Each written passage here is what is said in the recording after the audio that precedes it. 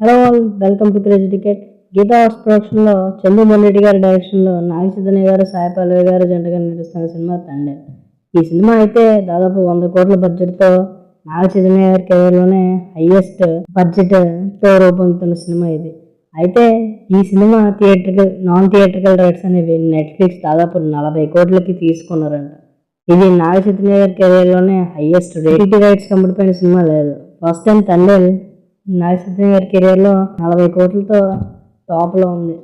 మరి Thandel cinema digital rights ఈ రేంజ్లో ఉన్నాయంటే మరి థియేట్రికల్ రైట్స్ ఇంకే రేంజ్లో ఉంటాయో అని మరి చూడాలి తండేల్ సినిమా ఏ రేంజ్లో హిట్ అవుతుందో.